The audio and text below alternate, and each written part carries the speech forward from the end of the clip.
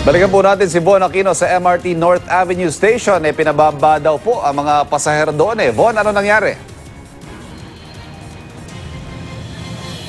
Yes, Ivan, kay Ere lang, katapos lang nating umere kanina nang biglang makita natin na bumababa na yung mga pasahero ng MRT North Avenue Station. No? Nung tinanong natin yung mga security guard dito kung anong problema, ang sinasabi lang nila sa atin ay mayroong technical problems. At nakikita natin ngayon na dito sa plaka dadala nitong security guard, show hanggang top lamang at vice versa yung biyahe daw ng MRT sa ngayon. So yung mga pasahero, Ivan, yung mga nagbaba, nakausap natin, galit yung iba at yung iba naman ay hindi rin nila alam kung ano yung naging problema.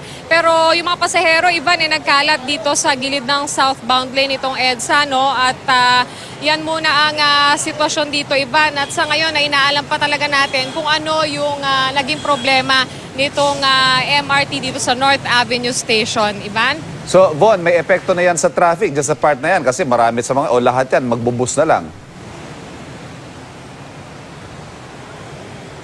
Yes, Ivan, sa ngayon, medyo, medyo nagsisikip na itong daloy ng trapiko dito sa southbound lane. Dahil yung mga pasahero, syempre, dahil hindi sila makasakay dito sa North Avenue Station, maghahanap na rin sila na masasakyan na bus o anumang pampasaherong sasakyan dito sa southbound lane. Pero narito na rin naman yung mga tauhan ng MMDA para magsayos ng trapiko. Yun nga lang nakita natin, Ivan, yung pagkadismaya ng mga pasahero dahil karamihan sa kanila talagang maaga pa lamang narito na sa MRT North Avenue Station, pero ang dami nilang pinababa talaga ngayon. At yung iba nagtatanong pa rin sa mga security guard kung anong oras may babalik yung operasyon dito, pero ngayon wala pa talagang sure na information kung ano talaga yung naging problema. Ivan?